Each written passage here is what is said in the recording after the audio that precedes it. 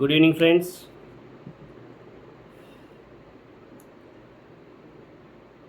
ಎರಡು ವಾರದಿಂದ ಏನೇನು ಹೋರಾಟ ನಡೀಲತ್ತದ ಹೈದ್ರಾಬಾದ್ ಕರ್ನಾಟಕ ರೀಜನ್ದಾಗ.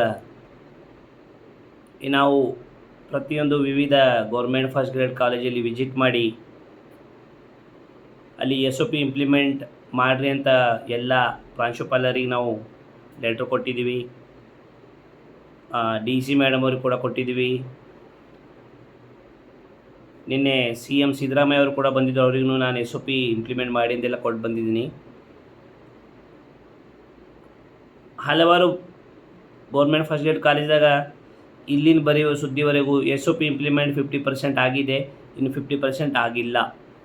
ಪ್ರಾಂಶುಪಾಲರವರು ಫೇಕ್ PhD ಇದ್ದವರು ಸಹ ಅವರಿಗೆ MLA, MP ಅಥವಾ MLC ಈ ಥರ ಹಲವಾರು ನಮ್ಮ ರಾಜ್ಯದಲ್ಲಿ ಜಿಲ್ಲೆಗಳಿವೆ, ತಾಲೂಕುಗಳಿವೆ. ಅಲ್ಲಿನ ವಿವಿಧ ತಾಲೂಕುಗಳಿನ MLA, MP, MLCಗಳು ಈ ಥರವ್ರ ಮೇಲೆ ಒತ್ತಡ ಕೊಟ್ಟು ಪ್ರೆಷರ್ ಮಾಡಿ ಅವರಿಗೆ ತೆಗೆದಿದ್ದರೂ ಸಹ ಸಪೋರ್ಟ್ ಮಾಡ್ಲತ್ತಾರೆ. ಒಂದು. ಎರಡನೇದು, 6th ರೌಂಡ್ ಕೌನ್ಸಿಲಿಂಗ್ ಬಗ್ಗೆ ನನಗೆ ಭಾಳಷ್ಟು ಪ್ರೆಷರ್ ಬರಲತ್ತು, ಸರ್ ಏನೋ ಒಂದು ವಿಡಿಯೋ ಮಾಡಿ ಹಾಕಿ ಅಂತ. ಈಗ ನನಗೂ ನನ್ನ ಮನಸ್ಸಲ್ಲಿ ಬಂದಿದ್ದ ಪ್ರಾಬ್ಲಮ್ ಏನಂದರೆ, ಕಾನ್ಸರ್ ಅವರು KPCಯಲ್ಲಿ ನಡೆದ ಹಗರಣದನ್ನು ಹಿಡ್ಕೊಂಡು ಬೆಂಗಳೂರು ಕಡೆ, ಧಾರವಾಡ ಕಡೆ ಅವರು ಆ ಕಡೆ ಹೊರಡ್ಲತ್ತಾರ.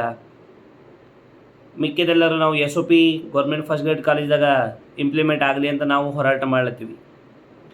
6th ರೌಂಡ್ ಕೌನ್ಸಿಲಿಂಗ್ ಆಗಿದ್ದರೆ ಯಾರು ವೆಲ್ ಎಜುಕೇಟೆಡ್ ಕ್ವಾಲಿಫೈಡ್ ಟೀಚರ್ಸ್ ಇದ್ದಾರೆ ಅಂಥವ್ರಿಗೆ ಅವಕಾಶ ಸಿಗುತ್ತದೆ. ಆಗಿದ್ದರೆ ನಮ್ಮ ರಾಜ್ಯದಾಗ ಆಲ್ಮೋಸ್ಟ್ 500ರಿಂದ 1000 ಜನರಿಗೆ ನ್ಯಾಯ ಸಿಗ್ತದೆ. ಅವ್ರಿಗೂ ಆಗಲಿ ಅಂತ ನಾವು ಯೋಚನೆ ಮಾಡ್ಲತ್ತೀವಿ. ಆದರೆ ಮಂತ್ರಿಗಳು ಅವ್ರ ಕೈದಾಗ ಇರೋರು ಯಾರು IAS ಆಫೀಸರ್ಸ್, ಅವರು 2 ವರ್ಷದ ಮುಂದೆ ಎಲೆಕ್ಷನ್ ಇದೆ, ಅದ್ರ ಪರವಾಗಿ ಅವರು ಲಾಂಗ್ ಟರ್ಮ್ ಆಗಿ ಯೋಚನೆ ಮಾಡ್ಲತ್ತಾರೆ. ಇನ್ನೊಂದು ಪ್ರಶ್ನೆ ಒಂದೇ, ಗೌರ್ಮೆಂಟ್ ಫಸ್ಟ್ ಗ್ರೇಡ್ ಕಾಲದಾಗ ನೀವು ಅಪಾಯಿಂಟ್ ಆಗ್ತೀರಿ, ಮುಂದೇನು ನಿಮಗೆ ಪೆನ್ಷನ್ ಆಯ್ತದ? ಗೌರ್ಮೆಂಟ್ ಫಸ್ಟ್ ಗ್ರೇಡ್ ಕಾಲೇಜವರಿಗೆ UGC ಸ್ಕೇಲ್ದವ್ರು ಯಾರಿದ್ದಾರೆ ಅಷ್ಟು ಲೆವೆಲ್ದವ್ರು ಗೌರ್ಮೆಂಟ್ ಫಸ್ಟ್ ಗ್ರೇಡ್ ಕಾಲೇಜ್ ಲೆಕ್ಚರ್ದವರಿಗೆ ಸ್ಕೇಲ್ ಸಿಗ್ತದಾ? ನಿಮಗೆ PF ಸಿಗ್ತದಾ? ನಿಮಗೂ ನಾಳೆ ಏನಾದಾಯ್ತು ನಿಮ್ಮ ಮಕ್ಕಳಿಗೆ ಅದು ನೌಕರಿ ಸಿಗ್ತದಾ?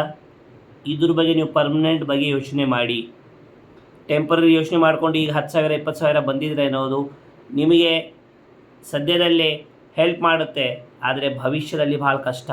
ಅದಕ್ಕಾಗಿ ಗೌರ್ಮೆಂಟ್ ಫಸ್ಟ್ ಗ್ರೇಡ್ ಕಾಲೇಜವರಿಗೂ ಕೂಡ ಎಲ್ಲರಿಗೂ ಪೆನ್ಷನ್ ಆಗಬೇಕು, ಅದು ನಮ್ಮ ಉದ್ದೇಶ.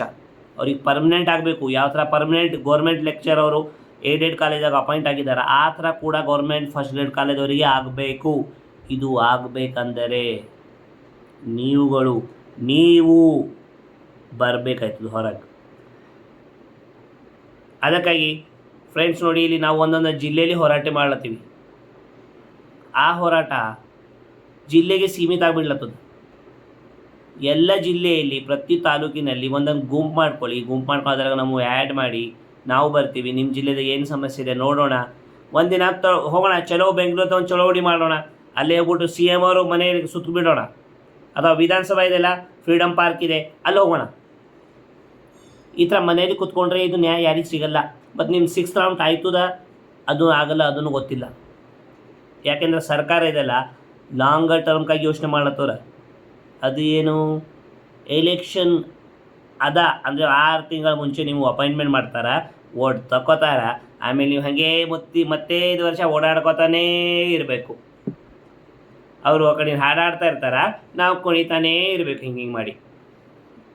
ಇದು ಅದಕ್ಕಾಗಿ ನಾವು ಎಲ್ಲರೂ ಹೊರಗೆ ಬರಬೇಕು ಫ್ರೆಂಡ್ಸ್. ಈಗ 6th ರೌಂಡ್ ಕೌನ್ಸಿಲಿಂಗ್ ಆಗಬೇಕಂದ್ರೆ ನಾವು ಮನೆ ಬಿಟ್ಟು ಹೊರಗೆ ಬರಬೇಕಾಯ್ತದೆ. ಎಲ್ಲರೂ ಬರ್ರಿ, ಹೋಗೋಣ ಬೆಂಗಳೂರಿಗೆ, ಒಂದು ಚಳವಳಿ ಮಾಡೋಣ, ಅಲ್ಲೇ ಫ್ರೀಡಮ್ ಪಾರ್ಕ್ ಎಲ್ಲರೂ ಹೋಗೋಣ, ನಾನು ಬರ್ತೀನಿ, ನೀವು ಬರ್ರಿ, ಅಲ್ಲೇ ಹೋಗ್ಬಿಟ್ಟು ಬರೋಣ.